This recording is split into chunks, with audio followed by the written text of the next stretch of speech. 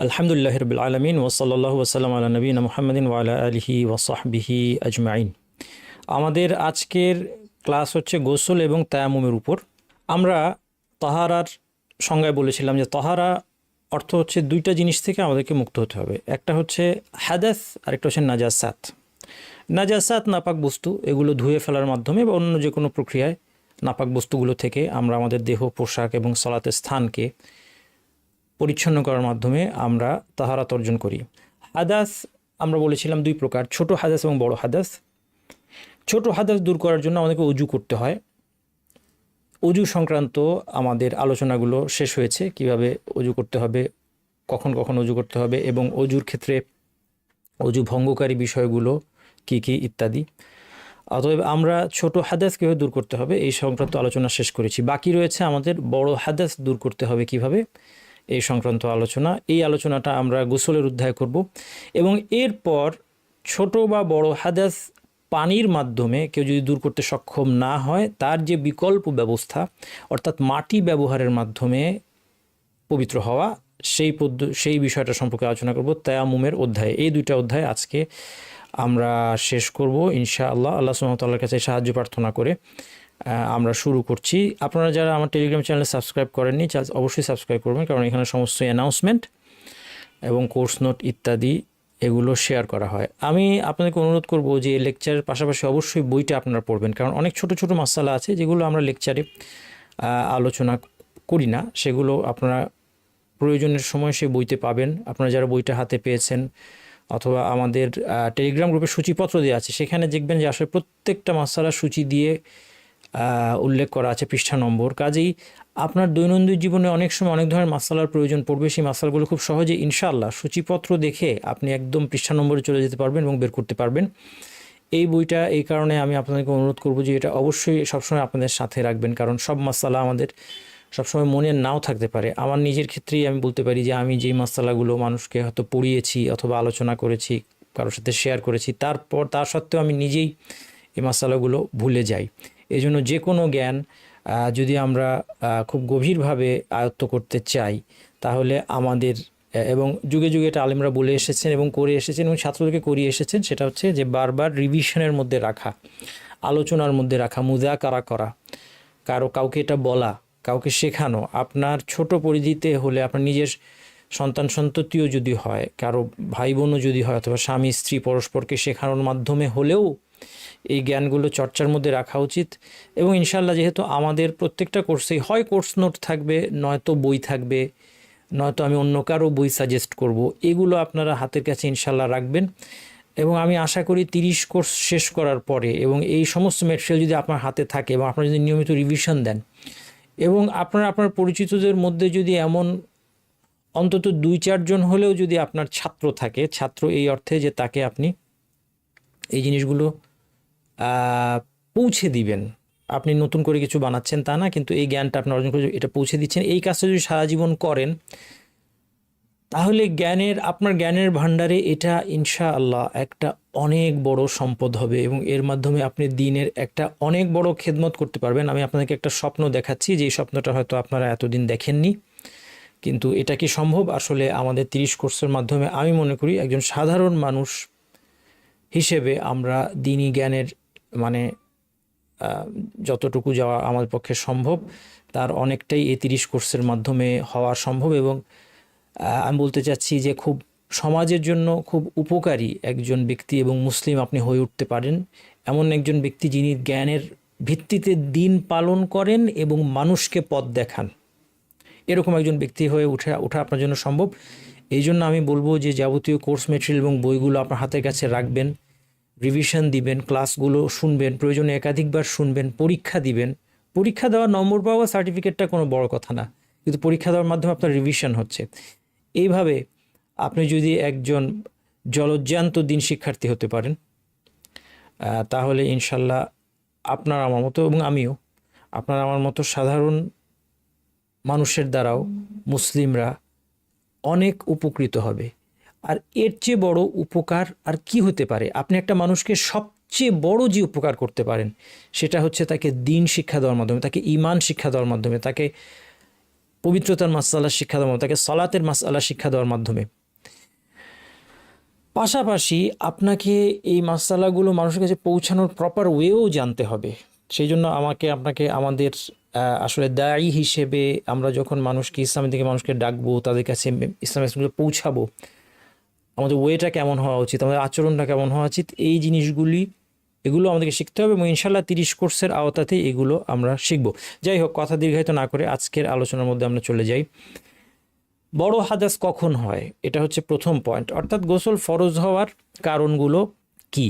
গোসল ফরজ হওয়ার 3টা কারণ আছে। 1 নম্বর হচ্ছে জানাবত, 2 নম্বর হচ্ছে হায়েজ এবং নিফাস এবং 3 নম্বর হচ্ছে মৃত্যু। এর মধ্যে মৃত্যু নিয়ে আমরা এখানে খুব একটা আলোচনা করব না, কারণ একজন মানুষ যখন মৃত্যুবরণ করে এটা তার উপর দায়িত্ব হয় না, এই দায়িত্বটা বর্তায় তখন বাকিদের উপর, যে তাদের মুসলিম ভাইকে অথবা বোনকে যথাযথভাবে গোসল দেওয়ার মাধ্যমে, তাদের কাফন পরানোর মাধ্যমে দাফন করা, তার উপর সালাত আদায় করা ইত্যাদি। এটা সম্পূর্ণ আলাদা একটা কোর্স আছে, আহকামুল জানাইজ, যেখানে আমরা মৃত্যুর ক্ষেত্রে করণীয়, মৃত ব্যক্তির ক্ষেত্রে করণীয় বিষয়গুলো বিস্তারিত ইনশাআল্লাহ ওই কোর্সে গিয়ে আমরা শিখব। সুতরাং এখানে আমরা শুধুমাত্র এটাকে গোসল বাধ্যতামূলক হওয়ার একটা কারণ হিসেবে উল্লেখ করেই আমরা ক্ষান্ত হলাম, এটা নিয়ে আমাদের আর কোনো আলোচনা আসবে না। মৃত ব্যক্তির গোসল দেওয়ার বিধান কি? মৃত ব্যক্তির গোসল দেওয়ার বিধান হচ্ছে ফরদ কিফায়া, অর্থাৎ মুসলিম উম্মার একটা অংশের উপর, যে কোনো একটা অংশ, তাদের দায়িত্ব হচ্ছে তারা মৃতকে গোসল দিবে। যদি কেউ এই দায়িত্ব পালন না করে তাহলে সবাই সম্মিলিতভাবে গুনাহগার হবে। আর যদি এই দায়িত্ব পালন করার জন্য কিছু লোক থাকে তাহলে বাকিরা এই দায়িত্ব থেকে মুক্ত হয়ে যাচ্ছে। মৃতকে কেন্দ্র করে যে কাজগুলো সেগুলো এরকমই, আপনি সেটা জানাজা হোক অথবা কাফনের ব্যবস্থা করা, দাফন, সব কিছুই এই ক্যাটাগরিতে পড়ে, ফরদ কিফায়া বলা হয়। যাই হোক, এটা আমাদের আলোচ্য বিষয় হচ্ছে আজকে প্রথম যেটা গোসল ফরজ হওয়ার কারণ। আজকের যে আলোচনা এবং সামনের দিকে আরও দু একটা আলোচনা বাকি। অতীতেও আপনারা দেখেছেন যে পবিত্রতা আলোচনাগুলো একটু কিছু সেন্সিটিভ টপিকে আলোচনা করা হয়। এই জায়গায় আমরা আসলে লজ্জা করে আলোচনা বন্ধ রাখলে চলবে না, কারণ এই লজ্জার কারণে, যদি আমরা লজ্জার কারণে এই আলোচনাটা বন্ধ রাখি, এটা দূষণীয় হবে। কারণ এর মাধ্যমে মানুষের সালাত বিশুদ্ধ হয়। এগুলো না জানা মানে আপনার সালাত না হওয়া, আপনার দিন আপনি পালন করছেন না, অর্থাৎ আপনি আপনার দিন পালনের দায়িত্বকে পায়ে ঠেলছেন। তো এই জন্য আমরা প্রয়োজনীয় পরিমাণে আমাদেরকে কিছুটা আমাদের সংকোচ ভেঙে এই সেন্সিটিভ বিষয়গুলো অবশ্যই আলোচনা করতে হবে, যেন আমাদের জানা হয়। এবং আপনারাও আপনাদের সন্তানদেরকে, আমি এটা আপনাদের জন্য কি বলবো, ওয়াসিয়াত মানে বুঝেন তো, ওয়াসিয়াত মানে হচ্ছে এমন উপদেশ যেটা তাগিদ দিয়ে উপদেশ দেওয়া হয় যে প্লিজ তুমি এটা করো, তুমি কিন্তু এটা খেয়াল রাখবে, এটাকে ওয়াসিয়াত বলে। যে কোনো উপদেশকে ওয়াসিয়াত বলে না।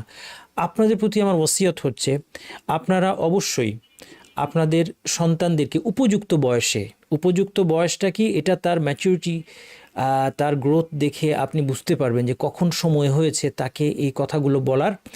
এই কথাগুলো আমি বলবো যে আমাদের ছেলে বাচ্চারা বাবাদের কাছ থেকে সাধারণত, এবং মেয়েরা মায়েদের কাছ থেকে শেখাটাই আমার অভিমত হচ্ছে এটা সর্বোত্তম। কারণ আপনি আপনার সন্তানকে যেভাবে শেখাতে পারবেন, অন্যান্যরা এটা সংকোচের কারণে হোক বা বিভিন্ন কারণে এটা এভাবে শেখাতে পারবে না। এটা কিন্তু শেখানোটা জরুরি। আপনার বাচ্চা যেন যখন তার উপর সমস্ত ইবাদতগুলো ফরজ হয়ে যাবে, সেই জন্য অপ্রস্তুত অবস্থায় তাকে যেন আপনি ছেড়ে না দেন ইবাদতের এই বিশাল ময়দানে, বরং তাকে মৌলিক বিধানগুলো অবশ্যই আপনার শেখানো কর্তব্য। প্রত্যেক মা বাবার উপর এটা কর্তব্য। কখনো এগুলো স্কুল, মাদ্রাসা বা অন্যান্য কারো আশায় থাকবেন না। আপনি নিজেই যথাযথ উপযুক্ত বয়সে যথাযথ পদ্ধতিতে যতটা সম্ভব সুন্দর ল্যাঙ্গুয়েজ ব্যবহার করে আপনি এগুলো শেখাবেন। এবং কখনো প্রয়োজনে আপনার সংকোচ ভেঙে স্পষ্ট করে বলা লাগতে পারে, কারণ অনেক বাচ্চারা অনেক সময় হয়তো বুঝতে পারছে না। তো এটা কিন্তু মা বাবার অনেক বড় একটা গুরু দায়িত্ব, যেটা অনেক মা বাবা আজকে এই দায়িত্বটা পায়ে ঠেলছেন। এবং সেই কারণে এই সন্তানরা কিন্তু কিয়ামতের দিন তাদের মা বাবাকে বিচারের কাঠগড়ায় দাঁড় করাবে। খুব কঠিন এটার পরিণতি হবে সেই দিন মা বাবার জন্য। অতএব আগে থেকে আমরা সতর্ক হই। এই বিষয়টা সব মা বাবা নিজ নিজ সন্তানের ক্ষেত্রে উপযুক্ত বয়সে অবশ্যই এই দায়িত্বটা যদি পালন করেন তাহলে এটা অবশ্যই কর্তব্য। এবং যদি পালন করেন তখন এই সন্তান তার জীবনটাকে অনেক সুন্দরভাবে তার জীবনে সে তার ইবাদতগুলো পালন করতে পারবে। তো যাই হোক, এই কথাগুলো বলার কারণ হচ্ছে যে কিছু সেন্সিটিভ আলোচনা এখানে আমাদের আসবে। এটার জন্য এটা এখানে অ্যাকসেপ্টেবল, এই আলোচনাগুলো এক্ষেত্রে অ্যাকসেপ্টেবল। এবং আলহামদুলিল্লাহ এখনকার এই যে অনলাইন যে আমাদের শেখার মাধ্যমটা, আমরা কোভিড পোস্ট কোভিড সময় থেকে আমরা এটা পেয়েছি। আসলে এটা আসলে কোভিডের একটা একটা ভালো দিকও বলতে পারি আমরা কোনো কোনো ক্ষেত্রে, কারণ মানুষ এখন অনলাইন এডুকেশনে অভ্যস্ত হয়ে গিয়েছে। এই ধরনের সেন্সিটিভ টপিকগুলো অনেক সময় অনলাইন আলোচনা করাটা অনেকটা কমফোর্টেবল, কারণ স্বাভাবিক আমার সামনে যদি অনেক অডিয়েন্স থাকেন তখন দুই পক্ষের জন্যই এটা অনেক সময় অস্বস্তিকর হয়ে দাঁড়ায়। যাই হোক, সেক্ষেত্রেও অস্বস্তি ভাঙতে হবে প্রয়োজন মতো, এবং এই জন্য একটা বক্তব্য আছে, সম্ভবত এই বক্তব্যটা আয়েশা রাদিয়াল্লাহু আনহার সম্ভবত, যে নি'মান নিসা উ নিসা উল আনসার, যে আনসারদের নারীরা তারা অত্যন্ত তাদের তাদের মানে তারা কতই না চমৎকার। আনসারদের নারীরা লজ্জা তাদেরকে দিন শিক্ষা থেকে ব্যাহত, তাদের দিন শিক্ষাকে ব্যাহত করতে পারেনি। তারা লজ্জার কারণে প্রশ্ন করতে তারা সংকোচ করতেন না, দিন শেখার জন্য প্রয়োজনীয় প্রশ্নগুলো তারা করতেন। যাই হোক, গোসল ফরজ হওয়ার প্রথম কারণ হচ্ছে যেটাকে জানাবত বলা হয়। জানাবত শব্দটার অর্থ আরবিতে হচ্ছে দূরত্বের অর্থ, অর্থাৎ জানাবত অবস্থায় একজন মানুষ আসলে ইবাদত থেকে দূরে থাকে, এই কারণে এটাকে অবস্থাটার নাম হচ্ছে জানাবত। এই অবস্থাটা দুইভাবে হতে পারে, একটা হচ্ছে বীর্যস্খলনের মাধ্যমে, দুই নম্বর হচ্ছে দাম্পত্য সম্পর্ক সহবাসের মাধ্যমে, দুটাই হতে পারে। প্রথমটা যদি আমরা দেখি, বীর্যস্খলনের ক্ষেত্রে কিন্তু দাম্পত্য সম্পর্ক হওয়া জরুরি না। কেউ যদি মাস্টারবেশনের মাধ্যমে বা হস্তমৈথুন অথবা তার স্বপ্নদোষের কারণে যদি তার বীর্যস্খলন হয়, উত্তেজনার সাথে বীর্য নির্গত হয়, তখন তার জন্য গোসল করা ফরজ হবে। এই অবস্থাটার নাম বড় হাদাস। এখানে স্বামী স্ত্রীর সম্পর্কটা শর্ত নয়। আচ্ছা, উত্তেজনার সাথে বা পরিতৃপ্তির সাথে বীর্যস্খলন হওয়াটা শর্ত, কারণ কারো যদি অসুস্থতার কারণে অথবা অনেক সময় স্বামী স্ত্রীর সম্পর্ক শেষ হয়ে যাওয়ার পর, উত্তেজনা প্রশমিত হয়ে যাওয়ার পরেও অনেক সময় এই ফ্লোটা থাকতে পারে। এটা পুরুষদেরও হতে পারে, আবার নারীদেরও অনেক সময় লজ্জাস্থান থেকে তার এই ফ্লোটা আসতে পারে তার নিজের অথবা স্বামীর, অর্থাৎ উত্তেজনা ছাড়া। এই ক্ষেত্রে কিন্তু গোসল ফরজ হবে না, কিন্তু অজু ভেঙে যাবে। এটা খেয়াল রাখবেন যে দুই রাস্তা দিয়ে যে কোনো কিছু বের হলেই অজু ভেঙে যাবে, এই জিনিসটা আমরা গতদিন আলোচনা করেছিলাম। তাহলে এটা খেয়াল রাখবেন যে এই ধরনের ক্ষেত্রে যদি উত্তেজনা ছাড়া ভেতর থেকে কোনো কিছু বাইরে বের হয়ে আসে, ছেলে হোক মেয়ে হোক জারি, সেই ক্ষেত্রে অজু ভাঙবে কিন্তু গোসল ফরজ হবে না, এটা খেয়াল রাখবেন। স্বপ্নদোষের ক্ষেত্রে একটা জিনিস মাথায় রাখতে হবে যে স্বপ্নদোষের জন্য গোসল কখন ফরজ হয়, এটার জন্য বীর্যস্খলনের প্রমাণ পাওয়া জরুরি। কাজেই কারো যদি স্বপ্নের কথা মনে থাকে কিন্তু সকালে কিছু না দেখতে পান বা ঘুম থেকে উঠে কিছু না দেখতে পান, তাহলে তার কিছুই করতে হবে না। যদি তিনি দেখতে পান, বীর্য দেখতে পান এবং এটা নিশ্চিত হন, সেই ক্ষেত্রে স্বপ্ন মনে পড়ুক বা না পড়ুক তাকে গোসল করতে হবে। আর যদি কেউ তরল কিছু দেখতে পান কিন্তু নিশ্চিত হতে না পারেন সেটা কি হতে পারে, সেই ক্ষেত্রে তিনি যদি মনে করতে পারেন যে স্বপ্নে কিছু দেখেছেন, তখন সেটাকে তিনি জানাবত ধরবেন, নতুবা জানাবত ধরবেন না। এই হচ্ছে এই যাবতীয় কথা গেল আমাদের উত্তেজনার সাথে বীর্যপাত সম্পর্কে। এরপর হচ্ছে স্বামী স্ত্রীর দাম্পত্য সম্পর্ক বা সহবাস, অর্থাৎ যখন একজনের অর্গান, একজনের অঙ্গ আরেকজনের লজ্জাস্থানে প্রবেশ করছে, এই প্রবেশ করা মাত্র গোসল ফরজ হয়ে যাবে। এই ক্ষেত্রে বীর্যস্খলন জরুরি নয়। এই মাসআলা কিন্তু অনেকে জানে না এবং এই জন্য অনেকে গোসল করে না। তার মনে করে যে যেহেতু কোনো কিছু নির্গত হয়নি ফলে আমাকে গোসল করতে হবে না, যদি প্রবেশ হয় তখনই গোসল ফরজ হয়ে যাবে, এটা মনে রাখবেন। এই হচ্ছে জানাবত সংক্রান্ত যাবতীয় কথা। তাহলে কেউ জানাবত অবস্থায় থাকলে তার জন্য গোসল ফরজ, ক্লিয়ারলি সালাতের জন্য তাকে গোসল করে নিতে হবে। হায়েজ এবং নিফাস, এই আলোচনাটা আমাদের আলাদা অধ্যায়ে আসবে, কারণ খুব গুরুত্বপূর্ণ আলোচনা। হায়েজের সময়কাল, হায়েজের শুরু, হায়েজের শেষ বুঝতে পারা, এবং কোনটা হায়েজ কোনটা ইস্তিহাদা এটা বুঝতে পারা, কখন নামাজ শুরু করতে হবে কখন ছাড়তে হবে ইত্যাদি, এটা তো আলাদা আমাদের চ্যাপ্টার আছে। এখানে যেটা প্রাসঙ্গিক সেটা হচ্ছে হায়েজ এবং নিফাস হলেও হায়েজ বন্ধ হওয়ার পর অথবা নিফাস বন্ধ হওয়ার পর সালাত শুরুর আগে অথবা স্বামী স্ত্রীর সম্পর্কের আগে কিন্তু গোসল করা ফরজ। আচ্ছা, তাহলে আমরা বলতে পারি যে হায়েজ নিফাস বন্ধ হওয়ার পর ইবাদতের জন্য গোসল করা ফরজ হয়, কিন্তু একটা ব্যতিক্রম আছে, এটা মনে রাখবেন। সব ইবাদতের জন্য এটা শর্ত নয়, একটা ব্যতিক্রম যেটা, সেটা হচ্ছে সওম। অর্থাৎ সওমের নিয়তটা কেউ হায়েজ বন্ধ হওয়ার আগে তো কোনো সুযোগই নাই, অবশ্যই হায়েজ বন্ধ হতে হবে অথবা নিফাস। এরপর গোসল করার আগে রোজার নিয়ত করে ফেলতে পারেন। কীরকম? উদাহরণ, কারো রমাদান মাসে, ধরা যাক রমাদান মাস হোক অন্য সময় হোক, সেহরির সময় তিনি ভালো হলেন, ফজরের ওয়াক্ত এখনও হয় নাই। এই অবস্থায় তিনি চিন্তা করলেন যে আমার গোসল করতে সময় লাগবে। তিনি সেহরি করলেন এবং রোজার নিয়ত করে ফেললেন, তারপরে ফজরের ওয়াক্ত হওয়ার পরে গোসল করে নামাজ পড়লেন, তাহলে হবে, কোনো অসুবিধা নাই। তাহলে কি বললাম যে হায়েজ নিফাস বন্ধ হওয়ার পর এবং গোসল করা, এই যে দুইটা সময়, একটা হচ্ছে হায়েজ নিফাস বন্ধের সময়, একটা হচ্ছে গোসলের সময়, এই দুই সময়ের মাঝখানে কোন ইবাদতটা করা যায়? সেই ইবাদতটা হচ্ছে সাওমের নিয়তটা করে ফেলা যায়, সাওমটা শুরু করে দেওয়া যায়। সাওমের নিয়তটা হয়ে গেলে ওই দিনের সাওমটা তার হয়ে যাবে, তিনি পরবর্তীতে সুবিধা মতো সময় গোসলটা করে নিতে পারেন। অবশ্যই সালাতের জন্য তাকে গোসল করতেই হবে, অতএব সালাতের ওয়াক্ত চলে যাওয়ার আগেই তো তাকে গোসল করতে হবে, তাতে কোনো সন্দেহ নেই। তাহলে এই হচ্ছে গোসল ফরজ হওয়ার কারণ সংক্রান্ত আমাদের আলোচনা। গোসলের বিবরণ, রাসূলুল্লাহ সাল্লাল্লাহু আলাইহি সাল্লাম কীভাবে গোসল করেছেন এর বিস্তারিত বিবরণ দিয়েছেন উম্মুল মুমিনিন আয়েশা রাদিয়াল্লাহু আনহা এবং উম্মুল মুমিনিন মাইমুনা রাদিয়াল্লাহু আনহা।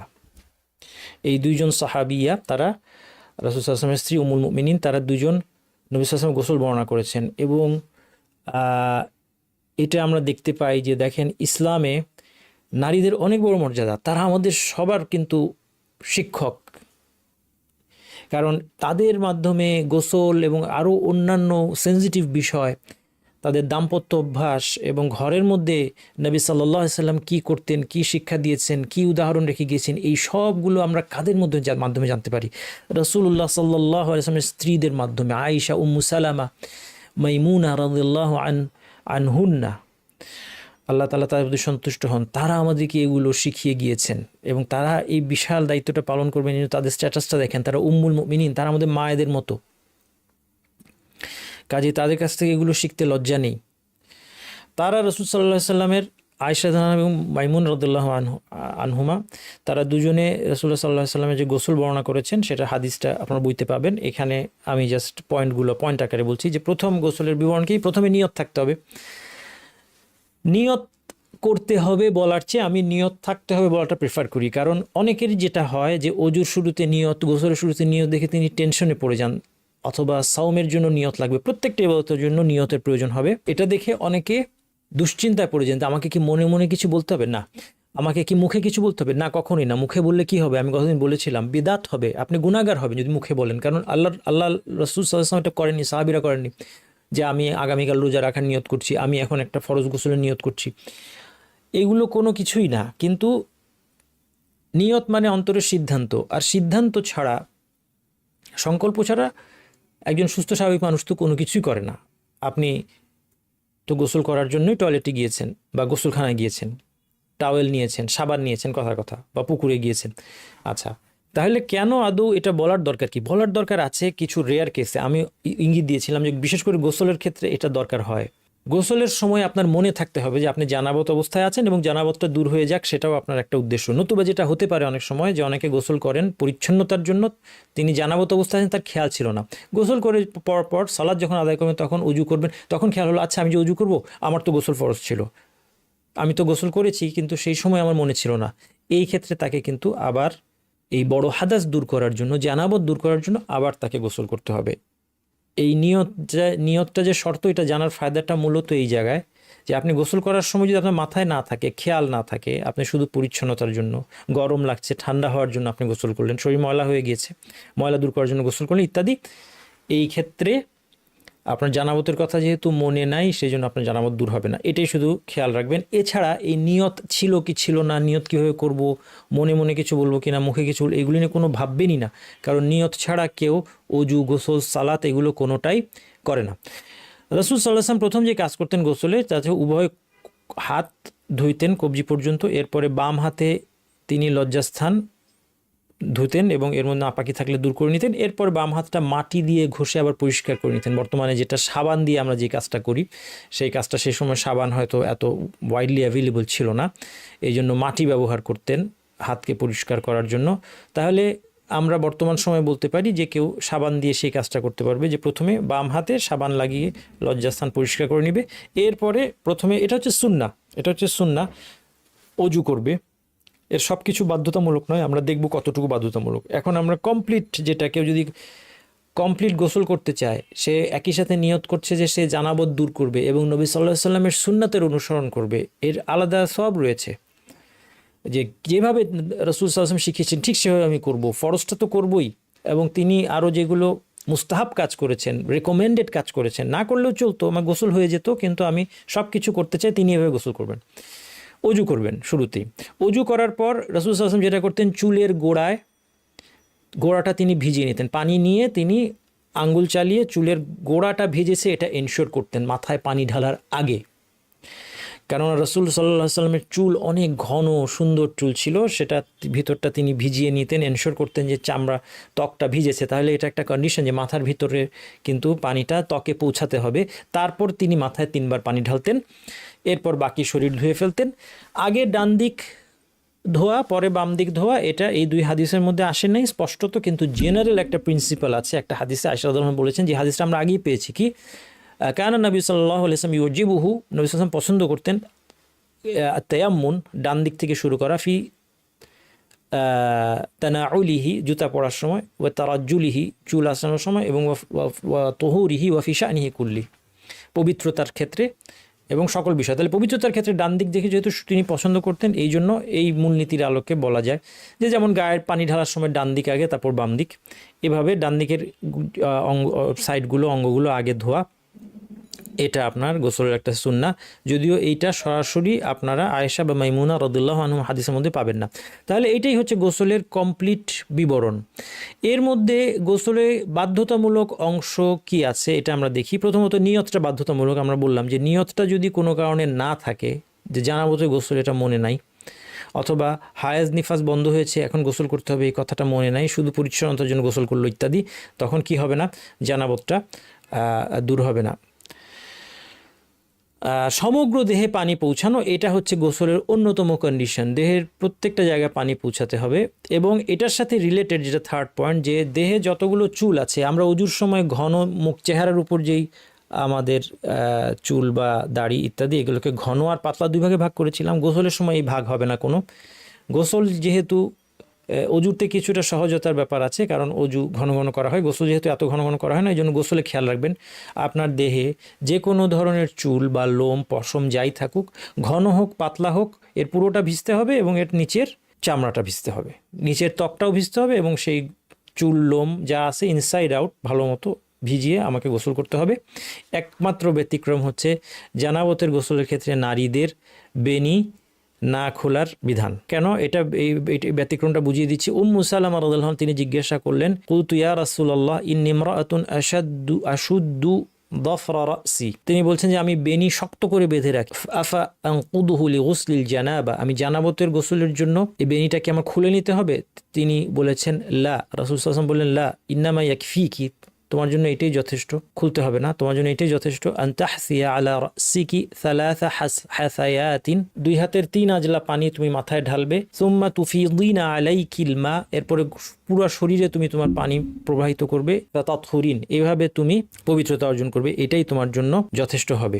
এবং এক সাহাবীকে রাসূল সাল্লাল্লাহু আলাইহি ওয়াসাল্লাম তিনি জানাবত অবস্থায় পানি পাচ্ছিলেন না, যখন পানি পাওয়া গেল রাসূল সাল্লাল্লাহু আলাইহি ওয়াসাল্লাম তাকে বললেন, এই নাও পানি, ইযহাব ফাআফরিগহু আলাইক, এটা নিয়ে তোমার উপর ঢালো। তাহলে আর কিছু বলেন না, শুধু ঢালতে বলেছেন। এমনকি কুলি করতে এবং নাকে পানি দিতেও বলেন নাই। 2টা হাদিসে খেয়াল করেন, আমরা বেনির কথায় আবার আসছি, কিন্তু 2টা হাদিসে খেয়াল করেন, উম্মু সালামা হাদিস এবং এই হাদিসটা, এটা ইমরান ইবনে হুসাইন রাদিয়াল্লাহু হাদিস। কিন্তু সাহাবী যাকে বলেছিলেন তিনি ইমরান কিনা আমার মনে নাই। যাই হোক, বোঝাই যাচ্ছে যে যাকে গোসল করতে অর্ডার দিলেন যে যাও তুমি পানি ঢালো, তিনি হয়তো বা খুব জ্ঞানী ছিলেন না এই বিষয়ে, নয়তো তাকে বলতে হতো না। তো দেখেন রাসূল সাল্লাল্লাহু আলাইহি ওয়াসাল্লাম আর বিস্তারিত কিছু বললেন না। এর থেকে আলেমরা বলছেন যদি নাকে পানি দেওয়া, কুলি করা, এগুলি যদি বাধ্যতামূলক হতো গোসলে, তাহলে অবশ্যই রাসূল সাল্লাল্লাহু আলাইহি ওয়াসাল্লাম এটা এক্সপ্লেন করে দিতেন। তাহলে আমরা এবার যদি বেনির মাসাতে, এখান থেকে বুঝলাম যে কুলি করা, নাকে পানি দেওয়াটা গোসলে বাধ্যতামূলক নয়, কিন্তু শরীরের সব জায়গায় পানি পৌঁছাতে হবে। ব্যতিক্রম হচ্ছে জানাবতের গোসলে নারীদের বেনি না খোলার বিধান, যেটা আমরা বলছিলাম সেটা হচ্ছে, তাহলে বেনি থাকলে কি করবে? বেনি না খুললেও চলবে, কিন্তু চুলের গোড়ায় পানি পৌঁছাতে হবে, আর বেনিটার বাইরের অংশ, বাহ্যিক অংশে পানি দিয়ে ভিজতে হবে। কিন্তু চুলের ফাঁকে ফাঁকে সবগুলো চুল 100% ভিতরটা ভিজতে হবে, এটা শর্ত নয়। তাহলে যেভাবে রাসূল সাল্লাল্লাহু আলাইহি ওয়াসাল্লাম বলেছেন 3 আজলা পানি সে ঢালবে, চুলের গোড়া ভিজিয়ে নিবে এবং 3 আজলা পানি সে ঢালবে এর মাধ্যমে বেনির বাইরেটা সে ভিজাবে, আর বেনির ফাঁকে ফাঁকে সবখানে পানি পৌঁছালো কিনা এটা এনশোর করার কোনো প্রয়োজন হবে না। এটা কিন্তু শুধু জানাবতের গোসলের ক্ষেত্রে, কারণ সাধারণ মূলনীতি ছিল চুলের সবটাই ভিজাইতে হবে। ব্যতিক্রমে যেহেতু শুধু জানাবতের কথা আসছে, কারণ উম্মু সাল্লামা জানাবতের গোসলের কথা জিজ্ঞেস করেছেন, হাইজের গোসলের কথাটা তিনি এখানে প্রশ্ন করেননি। এই জন্য যেহেতু হাইজের গোসল জানাবতের গোসল একটু ডিফারেন্ট, জানাবতের গোসল প্রায় করতে হয়, হাইজের গোসল এত ঘন ঘন করতে হয় না। এই জন্য হাইজের গোসলের ক্ষেত্রেও চুল পুরা খুলে চুলের সবটুকু ভিজাতে হবে, খেয়াল রাখবেন। শুধুমাত্র জানাবতের গোসলের ক্ষেত্রে যদি কারো চুলে বেনি করা থাকে তাহলে এই ছাড়টা আছে। অন্যান্য গোসল, আচ্ছা, তাহলে আমরা একটা মাসালা কি জানতে পারলাম যে কুলি করা এবং নাককে পানি দেওয়াটা গোসলে বাধ্যতামূলক নয়। যাই হোক, সর্বোত্তম হচ্ছে রাসূল সাল্লাল্লাহু আলাইহি ওয়াসাল্লাম দেখানো পথে আমরা গোসল করব, যেভাবে তিনি শিখিয়েছেন সেই সিকোয়েন্স ফলো করে, সেই সিস্টেমে আমরা গোসল করব ইনশাল্লাহ। তাহলে সব মতেই আমাদের গোসলটা হয়ে যাবে। আর যদি এই মিনিমাম গোসলটা করি তাহলে কোনো আলেমের মত আছে যে নাকে পানি দিতে হবে, কুলি করতে হবে, এটা কোনো আলেমের মত আছে। তা তাদের মতে কিন্তু আবার আপনার গোসলটা হচ্ছে না। সেফ হচ্ছে পুরো গোসলটা করা, অথবা যদি অজু নাও করেন অন্তত নাকে পানি পৌঁছানো কুলিয়ে করলে গোসলের মধ্যে এটা একদিক থেকে ভালো। হ্যাঁ, এটাকে বলা হয় খুরুজান মিনাল খিলাফ, মানে আপনি আলেমদের যে মতভেদটার ঊর্ধ্বে উঠে গেলেন, অর্থাৎ কোনো মতেই আপনার গোসলটাকে বাতিল বলা গেল না। এটা একটা সেফ প্লে করা, বুঝতে পারেন তো কথাটার অর্থ, না মানে নিরাপদ থাকা আর কি। এটা কি ইসলামের ইয়ের মধ্যে পড়ে? হ্যাঁ, এটা ইসলামের একটা মূলনীতি যে আমি সেফ সাইডে থাকি বাবা, আমার দরকার নেই। কিন্তু কখনো এই মূলনীতিটা আপনার বিপদের কারণ হয়ে যেতে পারে। এই মূলনীতিটাকে প্রয়োগ করতে হবে বুঝে শুনে প্রয়োগ করতে হবে। যেখানে আপনি সহজে প্রয়োগ করতে পারছেন প্রয়োগ করেন। অনেক সময় এই মূলনীতি প্রয়োগ করতে গিয়ে অনেকটা জটিল হয়ে যেতে পারে।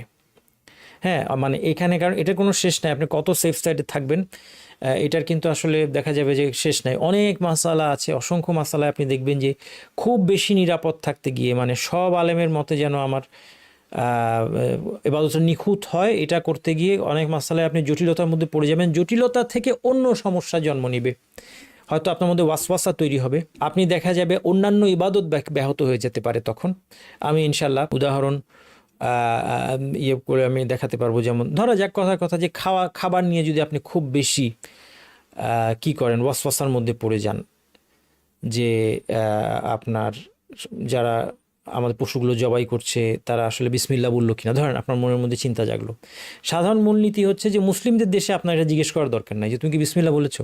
আচ্ছা, কিন্তু আপনি এই দুশ্চিন্তায় পড়ে গেলে কি হবে? দেখা যাচ্ছে যে আপনি আপনার বাবার বাসায় গিয়ে আপনি গোস্ত খাচ্ছেন না, আত্মীয়র বাসায় গিয়ে গোস্ত খাচ্ছেন না, দাওয়াতে গিয়ে আপনি গোস্ত খেতে পারছেন না যে আমি তো জানি না এটা বিসমিল্লাহ বলছে কিনা। হ্যাঁ, দেখা যায় আপনি ঘর থেকে বেরোচ্ছেন না কোথাও, শুধুমাত্র আপনি নিজে জবাই না করে আপনি খেতে পারেন না। তাহলে দেখেন যে এই যে অতিরিক্ত সতর্কতা আপনাকে কোনখানে নিয়ে গেল। দেখা যাবে যে আত্মীয়তার সম্পর্ক আপনার ছিন্ন করে ফেলতে হচ্ছে, মানুষের সাথে আপনার ক্ল্যাশ লেগে যাচ্ছে, আপনি কোটা আত্মীয়র সাথে, বাবা মার সাথে। হ্যাঁ, তো এই জিনিসগুলো তো ভালো না। তাহলে অনেক জায়গায় গিয়ে আপনি কিন্তু অনেক বড় ধরনের ঝামেলায় জড়ায় যাবেন, এবং দিনই ঝামেলা এগুলো এমন না যে ঠিক আছে আমি দুনিয়া শুধু স্যাক্রিফাইস করলাম, তা না, দিনই বিষয়েও আপনার অনেক কিন্তু সমস্যার তৈরি হবে যদি বেশি সেফ সাইডে আপনি থাকতে চান। সালাতের কাতারে আপনি দাঁড়িয়েছেন, হ্যাঁ, আমাদের দেশে একটা ভুল ধারণা যে সালাতের মধ্যে ওই যে ডান পায়ের বুড়ো আঙ্গুল নাড়ানো যাবে না, এটা কোন মাসালা আমি জানি না। এখন কেউ বললো যে না আমি খুব সতর্ক থাকি, আমার কি দরকার, আমি একদম নড়াচড়া করব না। সেই ক্ষেত্রে কি হবে যে তার দেখা গেল তার সামনের লোকটার অজু ভেঙেছে, সে বের হয়ে চলে, সামনে ফাঁকা আছে, সে ফাঁকাটা পূরণ করছে না, সে কিন্তু আরও এইটা নড়লে যে তার অসুবিধা নাই, বেশি সতর্ক হওয়ার কারণে সে কি করছে, কাতার নষ্ট হচ্ছে তার কারণে। বেশি সতর্ক হওয়ার কারণে মোবাইলটাও অনেকে দেখা যায় মোবাইল বাজতেছে, মোবাইলে গান বাজতেছে, বন্ধ করতে ভুলে গিয়েছে সে। অবশ্যই মোবাইলে কারো রিংটোনে গান থাকা উচিত না, গুনাহ হবে।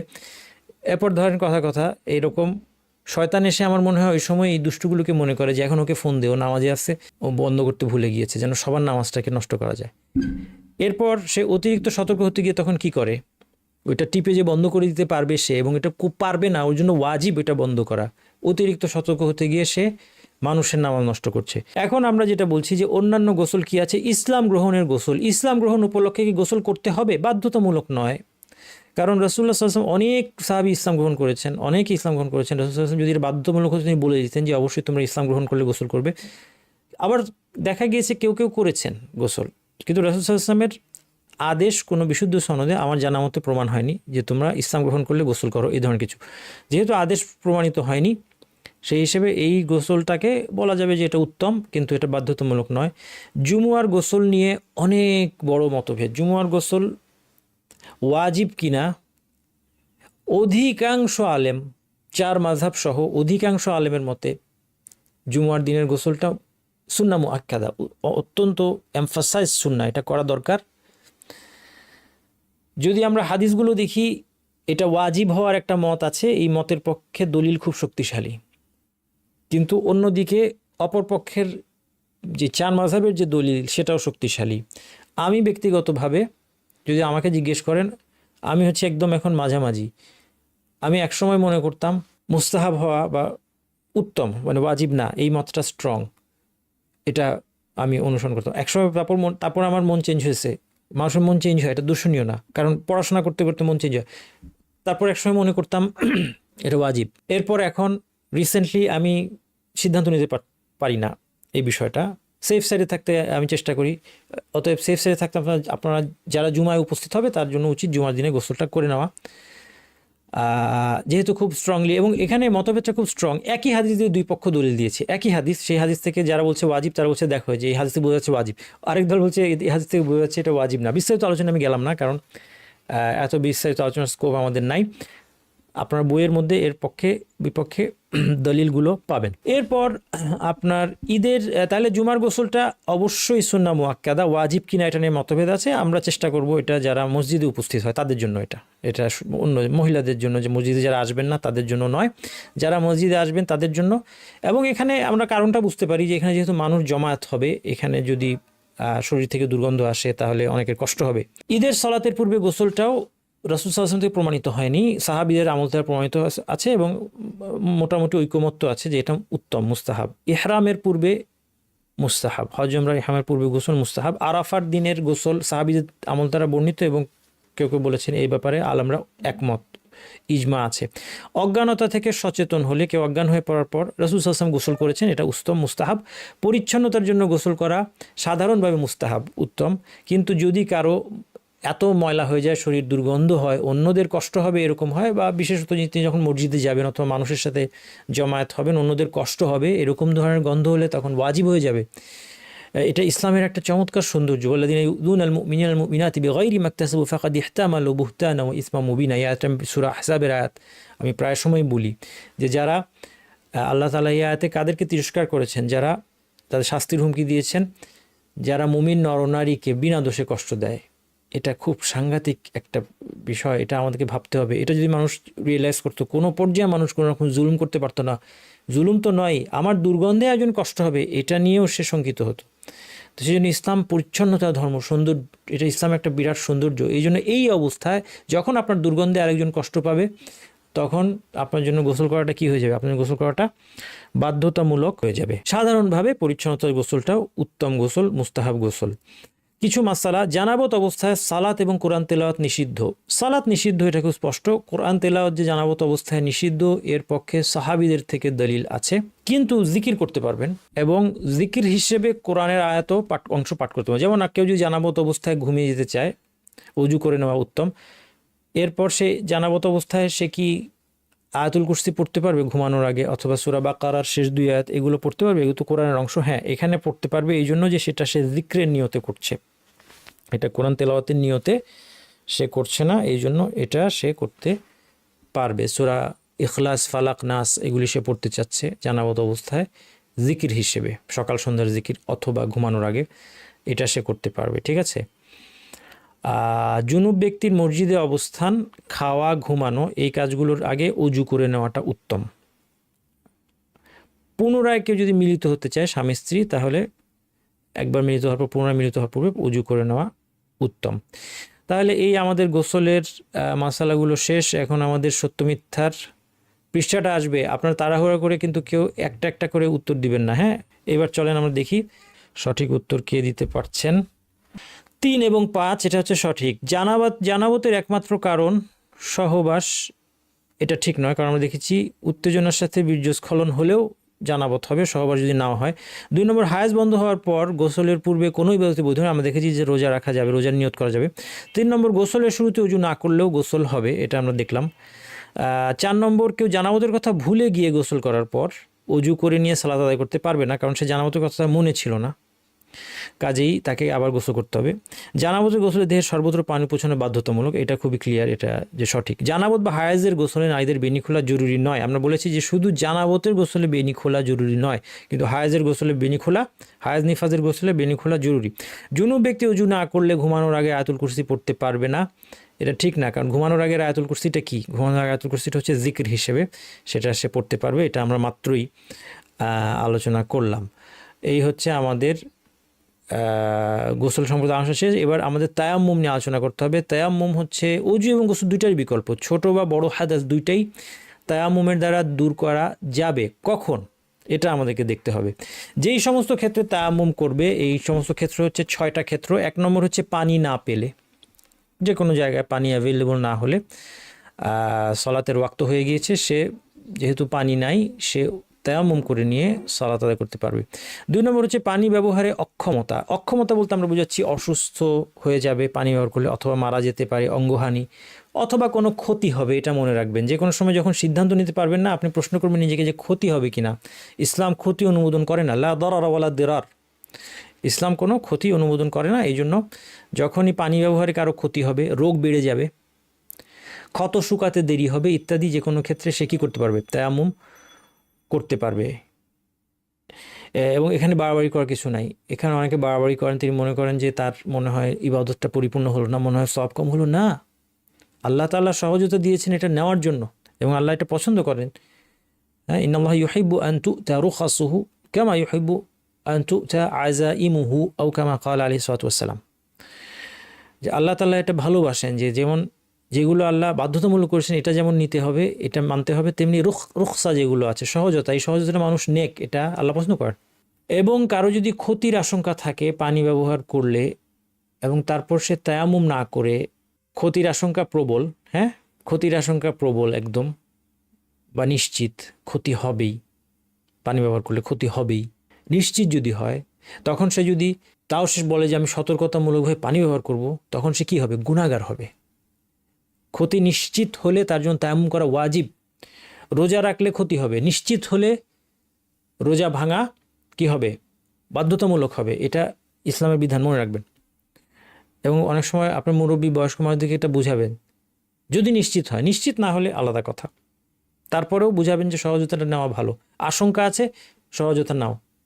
নিশ্চিত, তাহলে তোমার জন্য এখন বাধ্যতামূলক, যে ক্ষতি হবে নিশ্চিত। আচ্ছা, 3 নম্বর পানের পানি ফুরিয়ে যাওয়ার আশঙ্কা। যে আমার কাছে অল্প পানি আছে, এটা আমার পান করার জন্য লাগবে, আমি পানি পাবো না, আশঙ্কা আছে যে এই পানিটা দিয়ে উজু করে ফেলে পানি পান করার পানি আমি পাবো না। এই অবস্থায় এমন করা যাবে। এমনকি নিজের পশু পান করার পানি, যে পশুকে পান করাতে হবে, পশু, যে পশুটাকে বাঁচিয়ে রাখা কর্তব্য, তাহলে তার জন্য আপনি তেমন করবেন। পরিবার পরিজন, অন্য মানুষ তো অবশ্যই। ঠান্ডা পানি ব্যবহারে অক্ষমতা। অক্ষমতা কাকে বলে? ঠান্ডা পানি ব্যবহার করলে ক্ষতি হবে অথবা রোগ বেড়ে যাবে এই ক্ষেত্রে, কিন্তু শুধু কষ্ট হবে এটা না। ঠান্ডা পানি ব্যবহার করলে কষ্ট হবে, কিন্তু আমার কোনো ক্ষতি হবে না। 2-1টা হাচ্চে হতে পারে, কিন্তু আমার অসুস্থ হয়ে পড়বে এরকম না। এই ক্ষেত্রে কিন্তু বাধ্যতামূলক। অথবা গরম করার ব্যবস্থা আছে, হিটার আছে, তখনও পানি গরম করে নিতে হবে। আলসামি করে করা যাবে না, কিন্তু ক্ষতি হবে, মারা যাওয়ার আশঙ্কা আছে, অতিরিক্ত ঠান্ডা, হ্যাঁ, রোগ বেড়ে যাবে। এই ধরনের ক্ষেত্রে কি করবেন? তেমন করবেন। পানির খোঁজে গেলে ক্ষতির আশঙ্কা। পানি খোঁজ করতে গেলে, কেউ পাহাড়ায় আছে, সে ভয় পাচ্ছে যে আমি এখন পানি খোঁজ করতে গেলে আমার যাদেরকে আমি গার্ড দিচ্ছি তারা ইনসিকিউর হয়ে পড়বে, এই ক্ষেত্রে সে তেমন করতে পারবে। পানির মূল্য যদি অত্যধিক হয়, যে পানি দাম দিয়ে কিনতে হয় এবং মূল্যটা স্বাভাবিক না, অতিরিক্ত চাচ্ছে, সেই ক্ষেত্রেও তায়াম্মুম করা যাবে। তায়াম্মুমের পদ্ধতি, 1 নম্বরে নিয়ত আসলো, সেই নিয়তের বেলা একই কথা। তায়াম্মুমটা নিয়ত ছাড়া করা মুশকিল, কারণ তায়াম্মুম তো নর্মালি মানুষ অন্য কোনো প্রয়োজনে করে না। গোসলটা যেমন অন্য প্রয়োজনে করে, সুতরাং তায়াম্মুম আর নিয়ত ছাড়া কেমনে করবে? হবে না, নিয়ত করেই করবে। সুতরাং এখানে এত দুশ্চিন্তা কিছু না। কিন্তু অনেক সময় কি হতে পারে, রেয়ার কেস এমন হতে পারে যে কারো জানাবত আছে, গোসল ফরজ, কিন্তু সে তায়াম্মুমের সময় শুধু নিয়ত করলো যে আমি এটা অজুর বিকল্প হিসেবে আমি তায়াম্মুম করছি, এই সময় কিন্তু তার এটা হলো না, ফলে তাকে এটা আবার তায়াম্মুমটা করতে হবে, যেহেতু তার গোসল ফরজ ছিল। আর যদি জানাবতের নিয়তে, জানাবত দূর করার নিয়তে তায়াম্মুম করে না, তাহলে সব হাদাসই দূর হয়ে গেল, ছোট বড়, তখন সে কী করতে পারবে, তখন সে সালাত আদায় করতে পারবে। সুতরাং এটাও এখানে নিয়ত নিয়ে দুশ্চিন্তার কিছু নেই, কিন্তু কিছু রেয়ার কেসে এটা প্রয়োজন পড়তে পারে। সিস্টেম হচ্ছে 2 হাত মাটিতে একবার আঘাত করা, যেখানে তায়াম্মুম করতে হবে মাটি ব্যবহার করে। মাটির উপর কী ধরনের মাটি এটা আমরা পরে আলোচনায় আসছি। মোট কথা মাটির উপর 2 হাত রাখবেন, আঘাত করবেন। তারপর হাদিসের মধ্যে এসে রাসূল সাল্লাল্লাহু আলাইহি ওয়াসাল্লাম ফু দিয়েছেন, অর্থাৎ যদি আঘাত করার পরে আপনার এখানে মাটির গুঁড়া লেগে থাকে, আপনি ফু দিয়ে এটা দূর করে নিতে পারেন। এই জন্য খেয়াল রাখবেন যে মাটির গুঁড়া দিয়ে সারা চেহারা কিন্তু আপনাকে প্রলেপ দিতে হবে, এটা কিন্তু তায়াম্মুমের অর্থ নয়। পুরো চেহারা আপনাকে মাসেহ করতে হবে, হাত মাসেহ করতে হবে। এমন না যে সব অনেক মানে কেউ মনে করতে পারে যে সবখানে মনে হয় মাটি লাগাইতে হবে, বিষয়টা এরকম না। সেই জন্য রাসূল সাল্লাল্লাহু আলাইহি ওয়াসাল্লাম ফু দিয়ে বরং কি করেছেন, মাটির গুঁড়াটা সরিয়ে নিয়েছেন। তারপরে এটা করতে পারেন, এটা করা বাধ্যতামূলক না। এরপরে দাড়ি সহ পুরা চেহারা, অবশ্যই যাদের দাড়ি আছে তো মহিলাদের ঝামেলা নাই, আর পুরুষদের জন্য দাড়ি সহ পুরা চেহারাটা মাসেহ করতে হবে একবার। এইভাবে মাসেহ করে নেবেন। এই একবার মাসেহ হয়ে গেল, খুব সহজ। হ্যাঁ, পুরো চেহারাটা একবার মাসেহ করে নেবেন। অবশ্যই টুপি দিয়ে, যেমন এরকম আমার এখন কপাল ঢাকা আছে, আপনারা তায়াম্মুম করার সময় কপালটা বের করে নেবেন, কারণ আমার পুরা চেহারা কিন্তু এখন কিন্তু এটা এই যে এইভাবে মাসেজটা দেখালাম আপনাদেরকে, এটা কিন্তু আমি টুপির উপর দিয়ে মাসেজ করলাম। কিন্তু যদি আসলে তায়াম্মুম করতে হয় তখন আমি টুপিটা খুলে নিব, এবং যেখানে চুলের সীমা যেটুক সেখান থেকে আমার পুরো চেহারাটা আমাকে দাড়ি সহ এই মাসেজ করে নিতে হবে। এটা হচ্ছে চেহারা একবার। এরপর কি 2 কবজি, প্রথমে ডান কবজি, কারণ রাসূল সাল্লাল্লাহু আলাইহি ওয়াসাল্লাম ডান দিক থেকে কাজটা করা পছন্দ করতাম, হাদিসেও ডান হাতের কথা আগে এসেছে। ডান কবজি শুধু কবজির শুধু উপরের পিঠ, ভিতর না, শুধু উপরের পিঠটা। তো ডান কবজির উপরের পিঠ তো আপনার ডান কবজি দিয়ে মাসে করতে হবে, বাম কবজি দিয়ে মাসে করতে হবে। এইভাবে এটা মাসে করে নিলেন।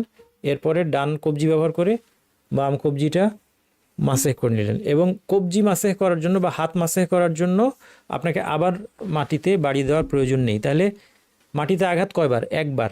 এরপরে চেহারা মাসেহ করার পর 2 হাতের কতটুক? শুধু কবজি। আচ্ছা, কোনো আলেমের মতে এবং হানাফি মাযহাবে এটা আছে, কারণ এটার পক্ষে হাদিস পাওয়া যায় যে 2 বার মাটিতে আঘাত করা এবং কোনোই পর্যন্ত মাসেহ করা। হাদিসগুলো দুর্বল। এই কারণে এই বর্ণনাটা, এই যে বর্ণনাটা, এটা বিশুদ্ধতম বর্ণনা ইনশাআল্লাহ। এরপরেও এই গবেষণায় আলেমদের মধ্যে মতপার্থক্য হয়েছে। আমি যেই মতটা আপনাদেরকে বললাম, এর পক্ষে বড় বড় আলেমরা আছেন অতীতকাল থেকে। অন্য যে মতটা বললাম 2 বার মাটিতে আঘাত করা এবং কোনোই সহ, যেটা আমাদের দেশে করা হয় হানাফি মাযহাব অনুসরণে, এটার পক্ষেও বড় আলেমরা আছে অতীতকাল থেকে। এটা নিয়ে ঝড়াঝাটি করা যাবে না। আর এটা হচ্ছে আমার পড়াশোনা অনুযায়ী আলেমদের যাদেরকে আমি আলেম হিসেবে জানি, শ্রদ্ধা করি, তাদের বইপত্র পড়ি, তাদের সবার বক্তব্যের আলোকে, অনেকের বক্তব্য আছে, সেই আলোকে সহিহ হাদিসের দলিলের ভিত্তিতে এইটা হচ্ছে ইনশাআল্লাহ, এটাই এতটুকুই তায়াম্মুম যথেষ্ট। আগে ডান হাত পরে বাম হাত মাসেহ করা কি উত্তম, এটা বাধ্যতামূলক না, ধারাবাহিক হতে হবে। আগে চেহারা তারপর হাত। হ্যাঁ, আগে হাত পরে চেহারা করলে কারো মতে হয়ে যাবে, কারো মতে হবে না। তো এই জন্য সেফ সাইডে থাকতে আমরা আগে চেহারা পরে হাত করি, এবং অবিচ্ছিন্ন হতে হবে, বেশি গ্যাপ দেওয়া যাবে না। তায়াম্মুমের কতিপয় মাসালা। অজু করতে গেলে ওয়াক্ত শেষ হওয়ার আশঙ্কায় তায়াম্মুম করতে হবে, কারণ তায়াম্মুম বিধানটা আসছে এই জন্য যেন ওয়াক্ত চলে না যায়। তায়াম্মুমের বিধান আমাদেরকে একটা জিনিস শেখায়, সেটা কি বলেন তো? এটা হচ্ছে যে সালাতের যতগুলি শর্ত আছে, এই শর্তের মধ্যে সবচেয়ে গুরুত্বপূর্ণ শর্ত হলো ওয়াক্ত। নয়তো যদি ওয়াক্তের শর্ত গুরুত্বপূর্ণ না হয়, তাহলে বলা হতো যে ঠিক আছে নামাজ পড়ো না, ওয়াক্ত চলে যাক, পরে তো নামাজটা কাদা করা যাবে, যে পানি না পাওয়া পর্যন্ত ওয়েট করো। তায়াম্মুমের বিধান এই জন্যই দেওয়া হলো যেন আপনাকে ওয়াক্তের বাইরে নামাজকে নিতে না হয়। তাহলে যখনই পানি নাই, আমি ওয়াক্তের মধ্যেই নামাজটা আমাকে পড়তে হবে তায়াম্মুম করে। কাজেই কেউ ধরা যাক ঘুম থেকে উঠেছে একদম ওয়াক্তের শেষ মুহূর্তে, এখন তিনি দেখলেন যে অজু করলে ওয়াক্তের মধ্যে নামাজ হবে না, কিন্তু তায়াম্মুম করলে হবে, তখন তিনি তায়াম্মুম করে নামাজ পড়বেন। কেউ হায়েস্ট থেকে ভালো হলো, একদম ওয়াক্তের শেষ চলে যাওয়া অবস্থা, এখন তিনি দেখলেন যে গোসল করে আমি নামাজ পড়তে গেলে সময় পাবো না, কিন্তু তায়াম্মুম করে আমি নামাজ পড়তে পারবো, এই জায়গায় তিনি তায়াম্মুম করে নামাজ পড়বেন। কিন্তু জামাত বা 2 নম্বর পয়েন্ট, জামাত বা জুমা ছুটে যাওয়ার আশঙ্কায় তায়াম্মুম করবে না, কারণ ওয়াক্ত আছে।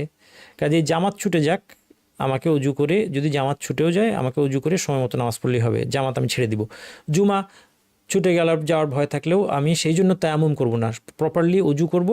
তারপর যদি জুমার ছুটেই যায়, তখন জুমার জায়গায় জোহর পড়ে নিতে হবে। তায়াম্মুম করে সালাত শেষে পানি পেলে, ধরা যাক ওয়াক্ত হয়েছে, পানি নাই, আপনি মনে করলেন যে না পানি তো আমি পাচ্ছি না, আমি ওয়াক্ত হয়ে গেছে, আমি তায়াম্মুম করে নামাজটা পড়ে নিব। আপনি তায়াম্মুম করে নামাজ পড়লেন, এরপর আপনি পানি পেয়ে গেলেন, পানি চলে আসলো, কোনোভাবে আসলো, অথবা আপনি জানতে পারলেন অমুক জায়গায় পানি আছে, তাহলে আপনি কি ওয়াক্ত আছে, এখন কি নামাজটা রিপিট করতে হবে? হবে না। তায়াম্মুম করাটা যেহেতু আপনার ভ্যালিড ছিল, হ্যাঁ, আপনার কাছাকাছির মধ্যে মানে একটা স্বাভাবিক খোঁজ তো করতে হবে পানির। এখন যদি এখনকার দিনে এই ধরনের কেস কখন হয়, এখনকার দিনে সাধারণত বিশেষ করে শহরাঞ্চলে এটা আমাদের যেটা হয় যে এখন আমাদের জানাই আছে যে পানি হয়তো নাই, কলে কখন আসবে, মেশিন ছাড়লে আসবে বা ইত্যাদি, এই ধরনের বিষয়গুলো, অথবা কোনো এলাকায় পানি নাই, বন্ধ আছে, এই জিনিসগুলো এখন জানা থাকে। কিন্তু অনেক সময় সফরে, যেটা আগেকার দিনে হতো যে মানুষ তো মানে আনলিমিটেড পানি নিয়ে তখন চলতে পারতো না, বিশেষ করে মরু অঞ্চল এইসব জায়গায় তারা তখন পানি যখন শেষ হয়ে যেত, তারা আশেপাশে কী খুঁজতো? পানির উৎস খুঁজতো, পানির উৎস খুঁজতো, এবং সেই উৎস পেলে সে সেখানে, এই জন্য আলেমরা বলেছেন যে একটা স্বাভাবিক যে তার আশেপাশের মধ্যে খোঁজা দরকার, সেটা খুঁজতে হবে। তারপরে সে খোঁজার কাজটার দায়িত্বটা পালন করার পরে সে যখন মনে করলো যে না, পানি নাই, তায়াম্মুম করে সে নামাজ পড়লো, এরপর দেখা যাক নামাজ শেষ, তারপরে হঠাৎ সে পানি পেয়ে গেছে, ওয়াক্ত আছে, এখন সে কি আবার নামাজ পড়বে? পড়তে হবে না। কিন্তু যদি মাঝপথে পানি পায়, ধরা যাক মাঝপথে কেউ পানি নিয়ে আসলো, যে এই যে পানি পেয়েছি, সে নামাজ শুরু করেছে, 4 রাকাত নামাজে 2 রাকাত পড়েছে, 3 রাকাত পড়েছে, অথবা 4 রাকাতে আছে, সালাম ফিরায় নাই, তখন তাকে, যেহেতু পানি পাওয়া গিয়েছে, এখন তার অজুতে পবিত্রতা নষ্ট হয়ে যাবে, ভেঙে যাবে, তার সালাত ভেঙে যাবে, তাকে আবার এখন কিন্তু অজু করে নিয়ে আবার নামাজটা পড়তে হবে, যেহেতু মাঝপথে পেয়েছে। এটা খেয়াল রাখবে, দুটোর মধ্যে পার্থক্য খেয়াল রাখবে। পানির কথা ভুলে গিয়ে কেউ যদি তায়াম্মুম করে, যে পানি আছে আসলে সে ভুলে গেছিল, তায়াম্মুম করলো নামাজের মাঝখানে অথবা নামাজ শেষে মনে হলো যে আরে পানি তো ছিল, তখন তাকে এই নামাজটা রিপিট করতে হবে, অজু এবং তায়াম্মুম যদি কোনোটাই কেউ কোনো কারণে করতে না পারে, তখন কি করবে? অজু এবং তায়াম্মুম ছাড়াই নামাজ পড়বে, তাও ওয়াক্তের মধ্যে নামাজ পড়তে হবে। কিছু অঙ্গে পানি ব্যবহারে অক্ষম ব্যক্তি, এটা আমাদের গতদিন আলোচনায় ছিল, আজকে আবার আসছে কেন? কারণ মাসাহ এটা করার সাথে সম্পর্ক আছে, তায়াম্মুমের সাথে সম্পর্ক আছে। বিধানটা কী ছিল আবার একটু মনে করে দিচ্ছি, কারণ এটা অনেক সময় লাগবে। এমন ব্যক্তি যদি হয় অসুস্থ, কোনো অঙ্গে সে পানি ব্যবহার করতে পারছে, অন্যান্য অঙ্গে পানি লাগাতে পারছে না, প্রথমে সে দেখবে যে সেখানে সে পানিটা মাসেহ করতে পারে কিনা, যদি পারে তাহলে মাসেহ করবে, বাকিগুলি ধুবে, যেটা ধুতে পারছে না মাসেহ করতে হলে মাসেহ করবে, অথবা ব্যান্ডেজ দিয়ে মাসেহ করা গেলে সেটা করবে, সেক্ষেত্রে তায়াম্মুম করতে হবে না। এই দুটার কোনোটাই যদি না পারে, তাহলে তায়াম্মুম করে নেওয়াটা উত্তম। ঠিক আছে, তাহলে কিছু অঙ্গে পানি ব্যবহার অক্ষম ব্যক্তি কোন অবস্থায় তায়াম্মুম করবে সেটা বললাম, এবং সেক্ষেত্রেও তার তায়াম্মুম করে নেওয়াটা উত্তম। এটা গতদিন আমরা ব্যান্ডেজের মাসালার মধ্যে বিস্তারিত দেখেছি, এই জন্য আর এখন কথা বাড়াচ্ছি না। তায়াম্মুমকারী ব্যক্তি, অজুকারী ব্যক্তি ইমামতি করতে পারবে, তার মধ্যে কোনো ঘাটতি নাই। একজন ব্যক্তি অসুস্থতার কারণে তায়াম্মুম করতে বাধ্য হলো, অসুস্থতার কারণে সে অজু করতে পারছে না, তায়াম্মুম করলো, এখন সে নামাজ পড়াবে, আর তার পেছনে যারা নামাজ পড়বে তারা সুস্থ অজু করতে পারছে, এই নামাজ পড়ানোর মধ্যে কিন্তু কোনো সমস্যা নাই, কারণ ও যে তায়াম্মুম করে পবিত্রতা অর্জন করেছে, এটাও কমপ্লিট পবিত্রতা, পিছনে যারা আছে সেটাও কমপ্লিট পবিত্রতা। সর্বশেষ যেটা তায়াম্মুমের মাটি সংক্রান্ত মাসাইল, এটাই আমার শেষ আজকে পয়েন্ট। আলহামদুলিল্লাহ আজকে আমরা অনেক আগে শেষ করতে পারছি ইনশাল্লাহ। তায়াম্মুমে যে মাটিটা ব্যবহার করতে হবে, মাটিটা ব্যবহার করবেন, সেই মাটিটার শর্ত কি? ফাতায়াম্মামু সাঈদান তাইয়িবান, আল্লাহ তাআলা বলেছেন সাঈদ ব্যবহার করো, এটা পবিত্র হতে হবে, তাইয়িব মানে পবিত্র, নাপাক মাটি ব্যবহার করা যাবে না, এটা বুঝতে পারছি আমরা। সাঈদ কোন মাটি, এটা নিয়ে আলেমদের মধ্যে মতভেদ আছে। ইনশাল্লাহ সঠিক মত হচ্ছে যেটা হানাফি এবং মালিকিরা বলেছে। মালিকিরা কি বলেছে? হানাফি এবং মালিকি মাযহাবের মত হচ্ছে পৃথিবীর উপরিভাগে যা কিছু থাকে সেই সব কিছুই হচ্ছে সাঈদের মধ্যে পড়ে, যা কিছু পৃথিবীর ভূপৃষ্ঠে পাওয়া যায়, ভূপৃষ্ঠের উপরিভাগে থাকে, তাহলে সেটা মাটি হোক, সেটা বালু হোক, সেটা চুনা পাথর হোক। এমনকি কোনো আলেম এটাও বলেছেন, খুব রেয়ার মাসালা, যে কোনো অঞ্চল যদি বরফে আবৃত থাকে, তাহলে বরফটাই এখানে সাঈদ, এবং বরফের উপরে সে তায়াম্মুম করতে পারবে, এটা বলেছেন। যাই হোক, পারতপক্ষে এই মাসালায় যাওয়ার দরকার নাই। কারো যদি সেরকম সিচুয়েশন, আমাদের জীবনে হয়তো আমরা এরকম বরফওয়ালা অঞ্চল দেখি না, তারপরেও যদি ধরে নিই কারো যদি এরকম সিচুয়েশন হয় এবং সেই অবস্থায় তাকে যদি তায়াম্মুম করতেই হয়, তিনি যদি মাটি পান মাটিতেই করুন। কোনো জায়গায় ধরা যাক বরফ দিয়ে সারাটা ঢাকা নাই, কোনো জায়গায় মাটি আছে, কিন্তু যদি তারপরেও পুরাটাই ঢাকা থাকে, তাহলে আমি বলবো যে বরফের উপর তায়াম্মুম করতে কোনো বাধা নাই। কারণ দেখেন, যদি তার এই মাসালাটা ঠিক হয় তাহলে তো হয়েই গেল, আর যদি মাসালাটা তার ভুলও হয়, তখন তার বিধান কি? তা তো যদি মাসালাটা ভুল হয় যে বরফের তায়াম্মুম করলে হবে না, তাইলে সে তো তায়াম্মুম করতে অক্ষম, তাকে তো তখন উজু তায়াম্মুম ছাড়াই নামাজ পড়তে হতো, তাহলে তার কোনো লস নাই ওই অবস্থায়। কোন অবস্থায়? যখন পুরো এলাকা বরফে ঢাকা এবং কোনো মাটি কোথাও পাওয়া যাচ্ছে না, ঘরে বাইরে কোথাও কোনো মাটি পাওয়া যাচ্ছে না, এই অবস্থায়, এবং তার পক্ষে উজু করা কোনো কারণে সম্ভব না, এই অবস্থায় যদি বরফের উপর তায়াম্মুম করেও তাতে কোনো লস হচ্ছে না। বুঝতে পারছেন? আশা করি বুঝাতে পারছি। আচ্ছা, যাই হোক, বরফ আমরা ভুলে যাই। এখন আসি আমরা নর্মালি যে মাটিগুলো আমরা দেখতে পাই, যে কোনো ধরনের মাটি, বালু, এমনকি চুনা পাথর, জিপসাম, যা কিছু পৃথিবীর ভূপৃষ্ঠে পাওয়া যাচ্ছে, আপনি যে অঞ্চলে আছেন সেটার উপরেই আপনি তায়াম্মুম করতে পারবেন, হয়ে গেল। দেওয়ালের উপরে অথবা গদির উপরে, বিছানার উপরে, বালিশের উপরে তায়াম্মুম করা যাবে কিনা, এটার উত্তরে আলেমগঞ্জ যেটা বলছেন যে প্রথমত দেয়াল নিয়ে যে একটা কথা, যদি আমরা একটা কথা আমরা চিন্তা করি যে এক সময় মানুষ মাটি দিয়ে দেয়াল বানাতো, দেয়াল যদি মাটির তৈরি হয় এটাতে তায়াম্মুম করা যাবে, কারণ মাটি আছে উপরে। সিমেন্টের তৈরি হলেও দেওয়ালটার উপরে তায়াম্মুম করা যাবে, কারণ সিমেন্টের উপকরণগুলো বেশিরভাগ কি মাটির উপকরণ, যেটা মাটিতে পাওয়া যায়। বালু, সিমেন্ট কী দিয়ে, মানে বালু ইত্যাদি, এগুলো কিন্তু মাটিতে পাওয়া যায়। আচ্ছা, সিমেন্টের তাহলে মাটির দেয়ালে করা যাবে, সিমেন্টের। আচ্ছা, এবার হচ্ছে সিমেন্টের দেয়ালে চুনকাম করা আছে, সিমেন্টের দেয়ালে যদি চুনকাম করা থাকে এটার উপর তায়াম্মুম হবে আলেমরা বলছেন, কারণ চুনা পাথর মাটির উপর পাওয়া যায়। বাকি রইল কি, এখনকার আধুনিক আমাদের শহরে বাসা বিল্ডিংয়ে এগুলো আপনার সিমেন্টের উপর কেমিক্যালের রং করা, এটার উপর তায়াম্মুম হবে না। এই দেয়ালে তায়াম্মুম হবে না, যেখানে প্লাস্টিক পেইন্ট, ডিস্টেম্পার, এসব কী রং আর কি, যেটা এখনকার রং যেটা আর কি, সেই রংটা করা আছে।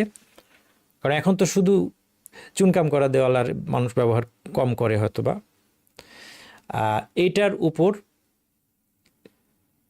তায়াম্মুম করা যাবে না। আচ্ছা, এখন আলেমরা বলছেন কিন্তু যদি এর উপরে মাটি থাকে, ধুলা থাকে, যেগুলি মানে মাটির উপরে পাওয়া যায়, মাটির উপরিভাগের কোনো কিছু থাকে, সেখানে তায়াম্মুম করা যাবে।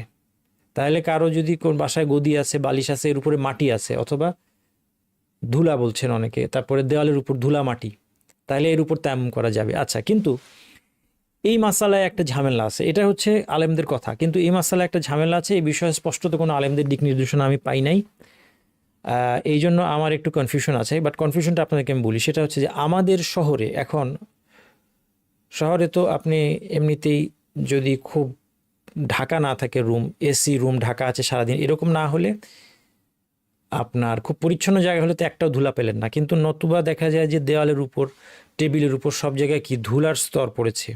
এই ধুলাটার উপর কি তায়াম্মুম হবে কি না, আমি যতটুকু পড়াশোনা করতে পেরেছি ইন্টারনেটে অবশ্যই, যে এই যে ডাস্টটা, বিশেষ করে শহরাঞ্চলে যে হাউস ডাস্ট, বাসায় যে ধুলাটা পড়ে আপনার টেবিল চেয়ারে, দেয়ালে, এই ধুলাটা মধ্যে সয়েল যেটা মাটি, সেই কম্পোনেন্টটা পার্সেন্টেজ অনেক কম।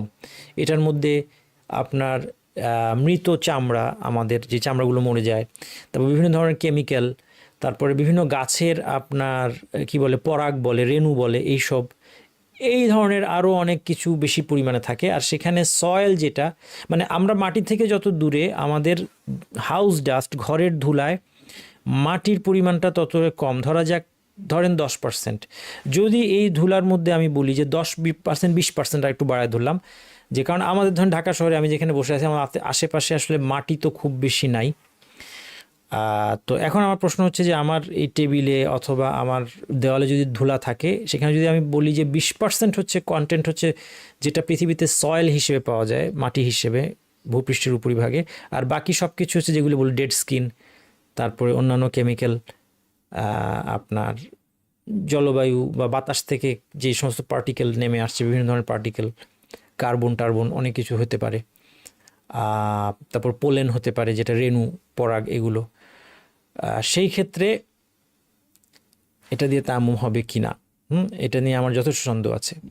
কারণ যে এটার বেশিরভাগ কম্পোনেন্টই তো মাটি ছাড়া অন্য কিছু, তাহলে এই ধুলাটায় তায়াম্মুম হবে কি না, এই ব্যাপারে আমি মুতাওয়াক্কিফ, আমি কোনো সিদ্ধান্ত কোনো আলেমের পাইনি, এই জন্য আমি নিজেও কিছু বলবো না। তাহলে এটা আমাদের জানার জন্য থাকলো, এটা আপনারাও এবং আমিও কোনো আলেমকে সাক্ষাতে জিজ্ঞেস করার জন্য আমরা চেষ্টা অব্যাহত রাখবো ইনশাল্লাহ। তো আমার মনে হয় আমাদের সব কিছুই আমি কভার করেছি আলহামদুলিল্লাহ, আশা করি। সুবহানাকাল্লাহুম্মা ওয়া বিহামদিকা আশহাদু আল্লা ইলাহা ইল্লা আনতা আস্তাগফিরুকা ওয়া আতুবু ইলাইক।